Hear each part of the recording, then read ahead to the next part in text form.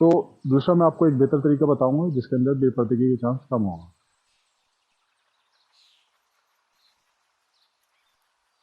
چادر لیں، اس کو بالکل دونوں سائڈ پہ بیلنس کر لیں اور بیلنس کر کے سیدھی رکھ لیں. سیدھی رکھنے کے بعد چادر کا یہ والا حصہ جو ہے دوسرے ہاتھ سے سیدھا حصہ جو ہے وہ الٹے ہاتھ سے پکڑ کے پیچھے لے جائیں اور پیچھے لے جا کے احرام کے پیچھے اس کو فولڈ کر لیں جیسا آپ کا سامنے سے کور ہو گیا. اسی طرح دوسرا حصہ لیں اور دوسرا حصہ لے کے اپنا ہاتھ یہاں سے باہر نکالیں. باہر نکال کے اس کو دوسرے کنارے پہ لے جا کے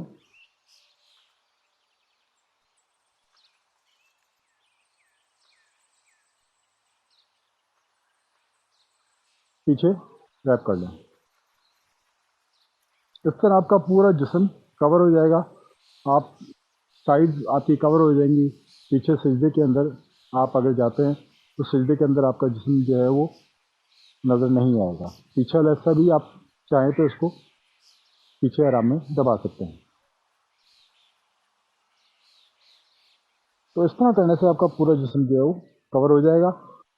نہ آپ کے سائڈ سے ہاتھ نظر آئیں گے اور نہ جسم کہیں سے آپ کا نظر آئے گا.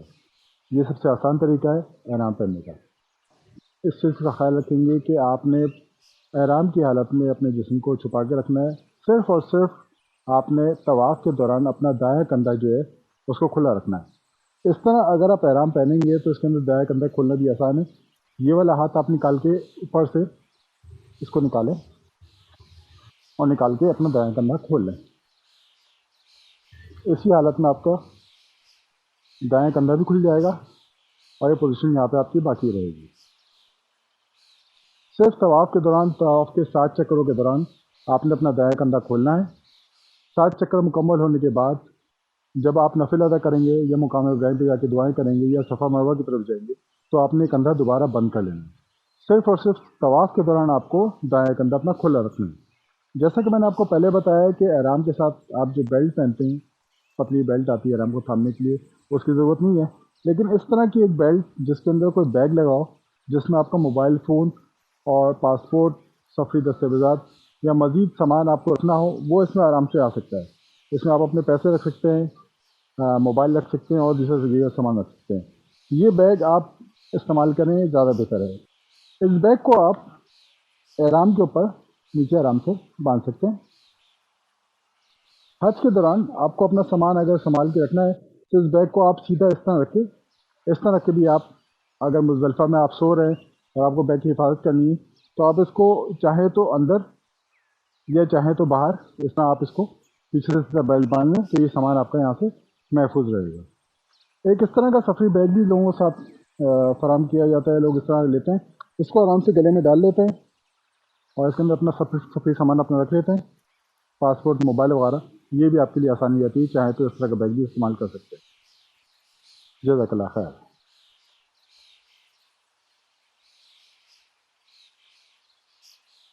اس ویڈیو میں ہم آپ کو بتائیں گے کہ احرام کے مسائل کیا ہے، حالت احرام میں کن چیزوں سے گریز کرنا چاہیے. حج اور عمرے کے اعمال کا آغاز احرام سے ہوتا ہے. احرام پہننے کے بعد کچھ ایسی چیزوں پر پابندی عائد ہو جاتی ہے جو عام حالات میں جائز ہوتی ہے.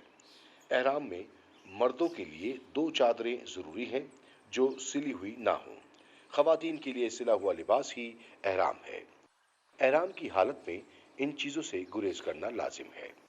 خشکی کے جانور کا شکار، شہوت والی کوئی بھی بات منع ہے، خوشبو لگانا، سلا ہوا لباس پہننا، سرما لگانا، مردوں کے لیے بند جوتے یا موزے پہننا، جھوٹ بولنا، مغلظات بکنا، بحث و تکرار، جھگڑا کرنا، ایسا طرز عمل اختیار کرنا جو کسی مومن کے لیے اہانت کا باعث ہو، جوئیں وغیرہ مارنا، آرائش کرنا، بننا سورنا، بدن پر تیل ملنا، بدن کے بال صاف کرنا، مردوں کے لیے سر ڈھانپنا، عورتوں کا اپنے چہرے کو چھپانا، جسم سے خون نکالنا، ناخون کاٹنا، ہتھیار لے کر چلنا.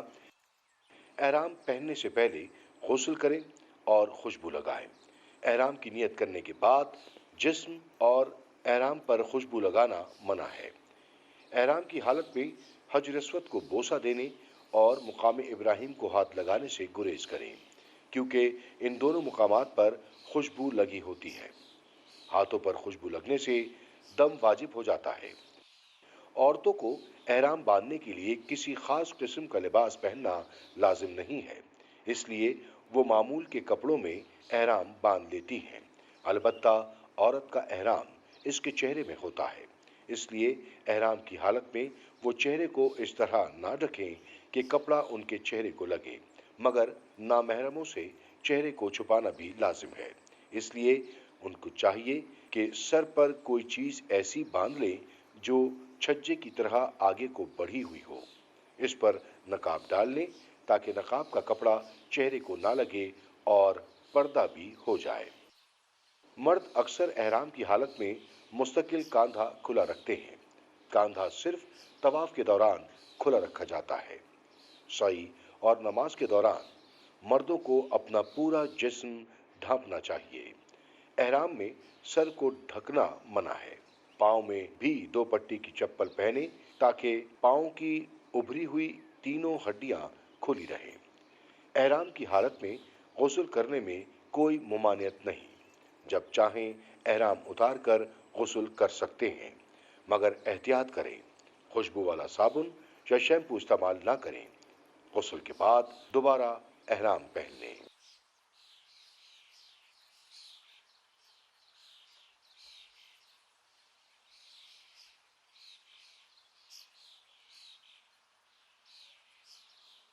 مقدس سفر پر روانگی سے قبل سامان کی لسٹ ضرور بنا لیں۔ چند اہم چیزیں ہیں جن کی حج اور عمرے کے دوران ضرورت پڑ سکتی ہے۔ سعودی عرب میں ان چیزوں کی قیمتیں بہت زیادہ ہوتی ہیں۔ دوسری اہم بات یہ ہے کہ آپ کا بازار میں خریداری کا وقت بھی ضائع ہونے سے بچ جائے گا، اس لیے بہتر ہے کہ سامان ساتھ لے کر جائیں۔ عمرے کے لیے آپ کو ایک احرام کی ضرورت ہوگی۔ اگر آپ حج کے لیے جا رہے ہیں تو بہتر ہے کہ 2 احرام ساتھ رکھ لیں۔ 2 پٹی والی چپل جس میں پاؤں کی سامنے والی ابھری ہوئی ہڈی، دونوں سائڈ کی ہڈیاں اور پنڈلی کھلی رہے۔ احرام کی بیلٹ، ایسی بیلٹ جس میں بیگ ہو تاکہ آپ موبائل فون اور دیگر سامان رکھ سکیں۔ سفری جانماز، یہ باریک کپڑے کی جانماز ہوتی ہے جو آرام سے جیب میں رکھی جا سکتی ہے۔ سفر کے دوران نماز کا وقت ہو جائے تو کسی بھی پاک و صاف مقام پر جائے نماز بچھا کر نماز ادا کی جا سکتی ہے۔ چپل رکھنے کے لیے بیگ، پانی کی بوتل، چھتری، کنکریاں رکھنے کے لیے بوتل، چٹائی، ہوا والا تکیہ، اسپرے والی بوتل۔ اس بوتل کے ذریعے آپ وضو کر سکتے ہیں، گرمی میں بھی آپ کے لیے مددگار ثابت ہوگی۔ عام استعمال کے کپڑے، سر پہ اوڑھنے کے لیے رومال، تولیہ، شیونگ ریزر، نیل کٹر، کینچی، ٹیشو رول، ٹوتھ پیسٹ اور ٹوتھ برش، مسواک، صابن، واشنگ پاؤڈر، سوئی دھاگا، پاؤں صاف کرنے والا جھاوا، سامان رکھنے کے لیے بڑا بیگ، بیگ کے لیے تالا، مارکر، پلاسٹک رول۔ ایئرپورٹ پہ پیکنگ کے لیے آپ کو پلاسٹک رول کی ضرورت پڑ سکتی ہے۔ رسی، سامان باندھنے یا کپڑے سکھانے کے لیے رسی کی ضرورت پڑ سکتی ہے۔ 3 پن پلگ، سعودی عرب میں اس طرح کے پلگ ہوتے ہیں۔ ہمارے یہاں جو چارجر استعمال ہوتے ہیں اس کی پن اس پلگ میں نہیں رکھتی، اس لیے پلگ لے جانا نہ بھولیں، اس پلگ کی پن چپٹی ہوتی ہے۔ موبائل چارجر، پاور بینک، ضروری ادویات، اسپغول، بیزلین۔ امید ہے یہ چیزیں آپ کے لیے کرامت ثابت ہوں گی۔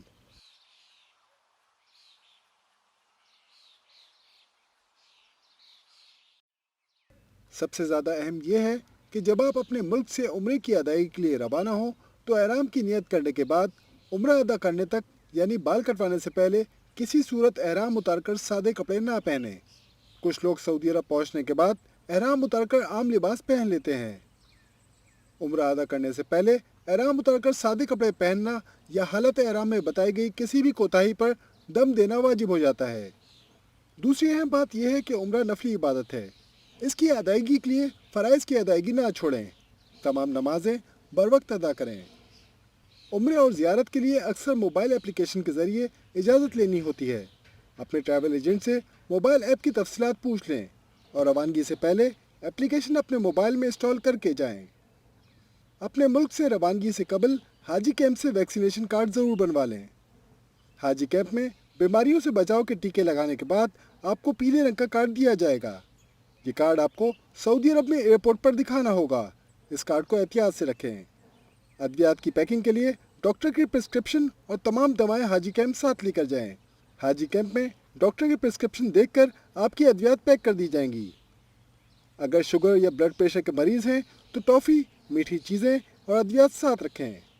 شوگر اور بلڈ پریشر ٹیسٹ کرنے کی مشین بھی ساتھ رکھیں۔ پیسے ریال میں منتقل کرا لیں کیونکہ سعودی عرب میں رقم کی منتقلی مہنگی پڑتی ہے۔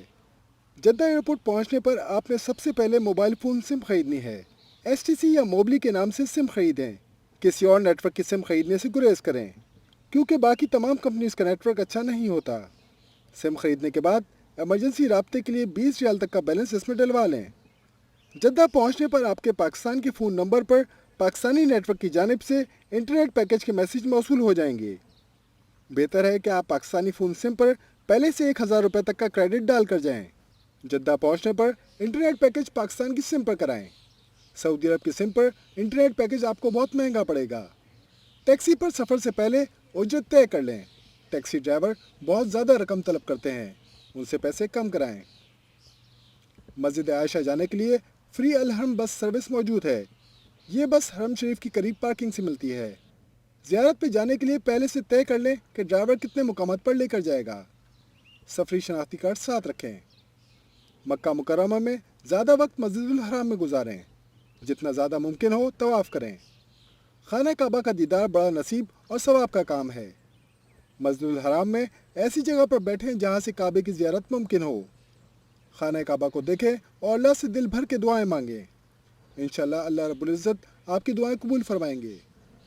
مدینہ منورہ میں آپ کا قیام 8 روز کا ہوگا۔ اس دوران آپ کو 40 نمازیں ادا کرنی ہوں گی۔ مسجد نبی میں تمام نمازیں مسجد کے اندر ادا کریں۔ سین میں نماز ادا کرنے سے گریز کریں۔